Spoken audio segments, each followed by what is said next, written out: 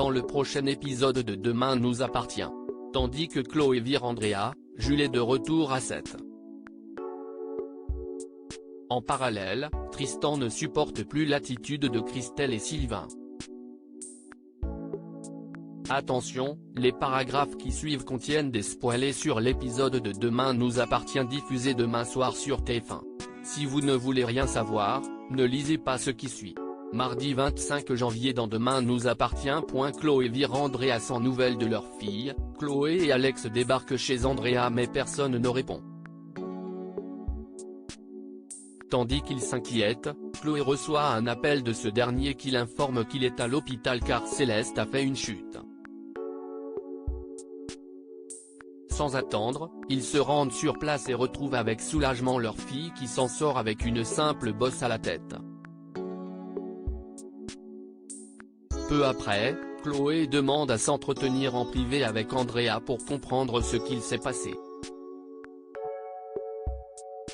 Après lui avoir présenté ses excuses pour ne pas l'avoir prévenu plus tôt, le jeune homme explique que la petite fille s'est cogné la tête en jouant dans son parc. Bien qu'elle comprenne qu'il a eu peur, Chloé lui reproche toutefois de ne pas l'avoir tenu au courant. Le lendemain, Chloé a pris une grande décision. Ne souhaitant plus qu'Andrea s'occupe de Céleste, la mère de famille, qui n'a plus confiance en lui, met fin à son contrat pour faute grave. Lorsqu'elle lui demande de lui rendre les clés, Andrea insiste pour qu'elle change d'avis, arguant d'un lien spécial avec la petite fille, mais Chloé campe sur ses positions. Furieux, Andrea s'emporte et lance qu'elle va regretter de l'avoir traité de la sorte. Sous le choc, Chloé rapporte à Alex les menaces proférées par Andrea. Selon l'ostréiculteur, leur nounou a simplement réagi sous le coup de la colère mais Chloé ne peut s'empêcher d'avoir un mauvais pressentiment. Plus tard, Chloé reçoit la visite de Flore. Au cours de la discussion, cette dernière indique qu'elle a encore un petit peu de mal à être seule. Émue, elle se trouve pathétique de s'installer chez son fils à son âge et a l'impression d'être passée à côté de sa vie.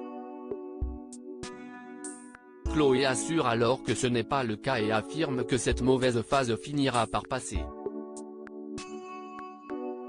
La nuit tombée, Chloé est dans la cuisine en train de discuter avec sa fille par téléphone quand elle entend un bruit sourd provenir du salon.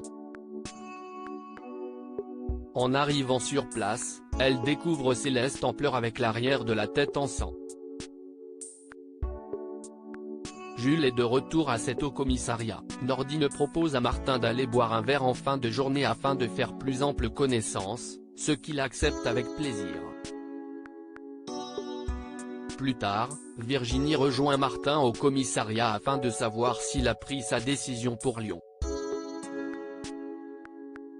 En effet, l'avocate entend quitter 7 pour vivre auprès de son fils. Si elle souhaite que son compagnon la suive, celui-ci ne peut malheureusement pas tout quitter du jour au lendemain et ce d'autant plus qu'il a désormais un fils. Bien qu'elle comprenne, Virginie refuse pourtant de vivre une relation à distance et l'enjoint à prendre le temps de la réflexion. À la fin du service, Martin et Nordine s'apprêtent à partir boire un verre lorsque Jules débarque au commissariat. Comme le fils Corcal l'invite à dîner, Martin reporte sa soirée avec Nordine pour passer du temps avec son beau-fils. Une fois au Spoon, Jules tente de le convaincre de venir s'installer à Lyon. Leur relation a beau avoir été compliquée, le jeune homme considère le policier comme un père et aimerait qu'il les rejoigne pour qu'ils puissent former tous ensemble une véritable famille. Seulement, la situation est loin d'être simple pour Martin. Il adorerait les suivre mais sa vie a changé depuis l'arrivée de Nordine qu'il a très envie d'apprendre à connaître. Une réponse que Jules comprend parfaitement. Tristan ne supporte plus l'attitude de Christelle et Sylvain. Christelle compte créer la Fondation Moreno, une fondation à vocation caritative qui plaît beaucoup au docteur Doumaz, qui propose immédiatement son aide pour lui trouver des donateurs. Certain que ses amis pourraient se montrer très généreux, le médecin l'enjoint à organiser un petit cocktail de bienvenue chez elle. Une idée qui emballe beaucoup l'assistante sociale, et ce d'autant plus qu'elle a maintenant un chef à domicile qui peut tout faire. Par la suite, Tristan étudie les propositions de Sylvain et Christelle pour le menu du cocktail. Dans la mesure où ils ont décidé de servir des mini-sandwichs, le chef cuisinier leur suggère de faire quelque chose de plus chic, mais le couple préfère la simplicité. Dans l'après-midi, Tristan et Christelle prennent un café au Spoon après une séance shopping.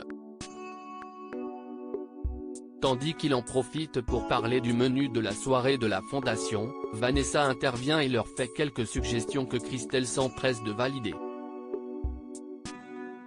Au moment où Christelle fait l'éloge de la chef, Tristan lui fait remarquer qu'il lui avait présenté des idées élaborées. Juste après, Christelle indique qu'elle aimerait qu'il l'appelle Madame la Présidente lors du cocktail, mais c'est la goutte de trop pour Sylvain. Refusant de continuer à travailler dans de telles conditions, il fait ses valises. Tandis que le couple Moreno le supplie de rester, il accepte mais prévient qu'ils sont désormais à l'essai.